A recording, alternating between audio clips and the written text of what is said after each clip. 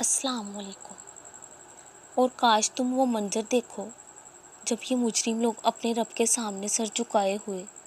کھڑے ہوں گے، کہہ رہے ہوں گے کہ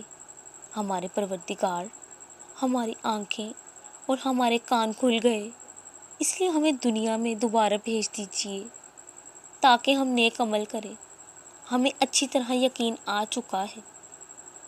اور کچھ چیزوں پر صبر کرنا فرض ہو جاتا ہے جب ہم چاہ کر بھی کچھ نہیں کر سکتے،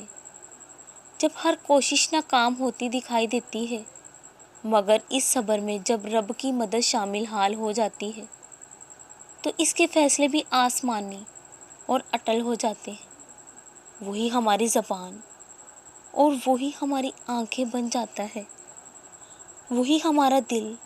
اور وہی ہمارا دماغ بن جاتا ہے، اور پھر وہ انسان رب کی مرضی سے ہٹ کے کچھ نہیں کرتا، کیونکہ وہ جانتا ہے کہ جس حقیقی فلاح کی تلاش میں وہ سرگرداں ہے، وہ فقط اس رب کی پیروی اور صرف اسی کی راہوں پر چل کے حاصل ہوگی